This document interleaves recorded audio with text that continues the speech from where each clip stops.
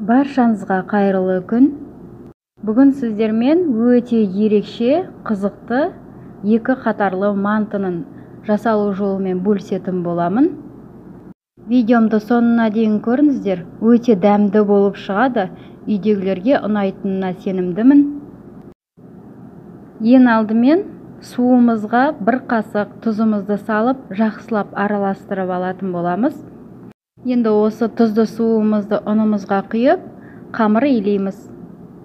Достар, менің қазақша контентті каналымды қолдап, тіркеліп қоюды ұмытпаңыздар.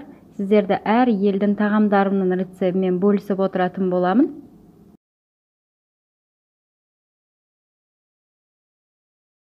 Қамырымызды жақсылап, иізі қанғанша илеп алыңыздар. Өте тойымды тағамның бір түрі.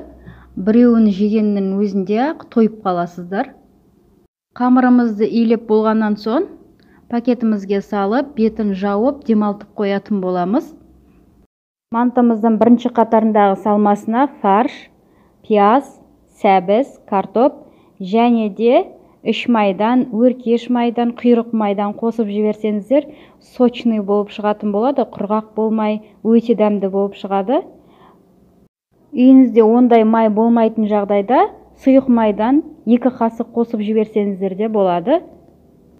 Дәміне қарай тұзын, бұрышын салып, араластырып алатын боламыз. Осымен біздің салмамыз дайын болды бірінші қатардың.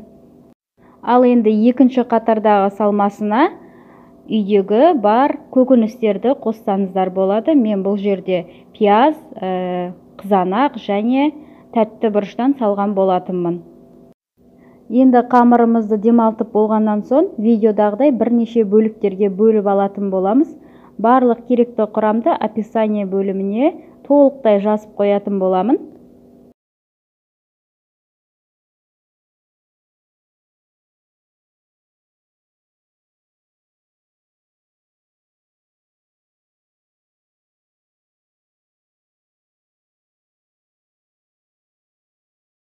Пышақтың көмегімен кесіп, осылай видеодағыдай формасын келтіріп алатын боламыз.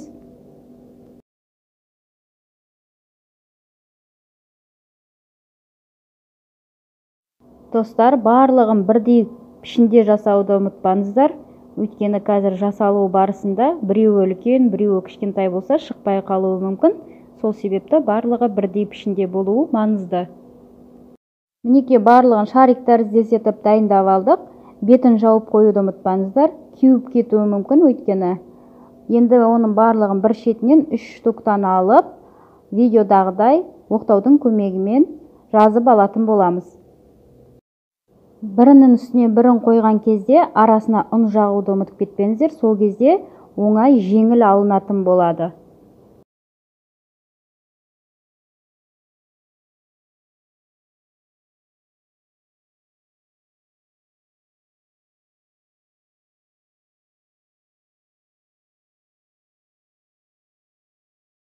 Мінекей көріп тұрғандарыңыздай ұнның арқасында бір-біріне жабыспай өте жеңіл алынды.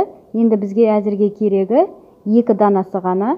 Біреуінің ортасын шарик тәріздес өздеріңізге ыңғайлы етіп кесіп алыңыздар. Кесілген қамырымызды астына салып, үстіне бүтін қамырымызды қойып, салмасын салып, видеодағыдай орап алатын боламыз, ортасына қарай жинақтап.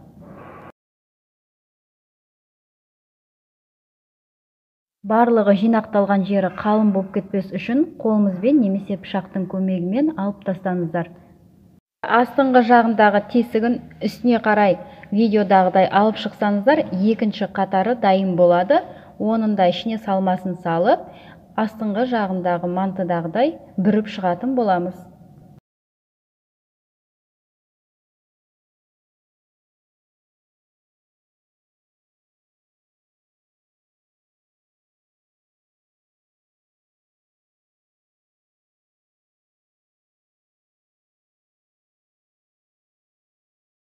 Бүрілген жерін кесіп алып тастауды ұмытпаңыздар, қалың болып піспей қалуы мүмкін. Осымен біздің алғашқы мантымыз дайын болды. Келесісінде дәл солай видеодағыдай жасап шығыңыздар.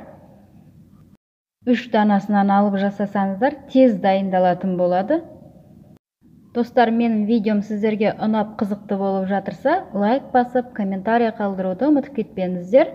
Ол мен үшін өте маңызды, және тіркелуді басып қойыңыздар.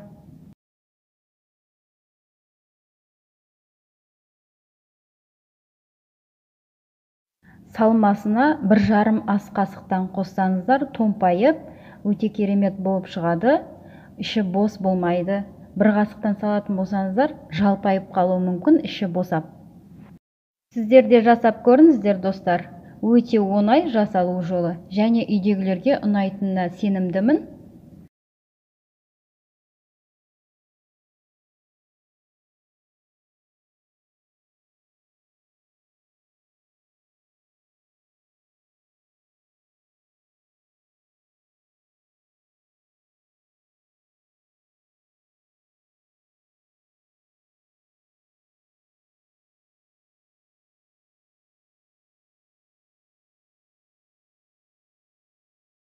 Мінекей барлығы дайын болды. Енді оны мантаваркамыздың ыдысын астын майлап сала бастайтын боламыз. Осыдан менде 2 корсет манты шықты.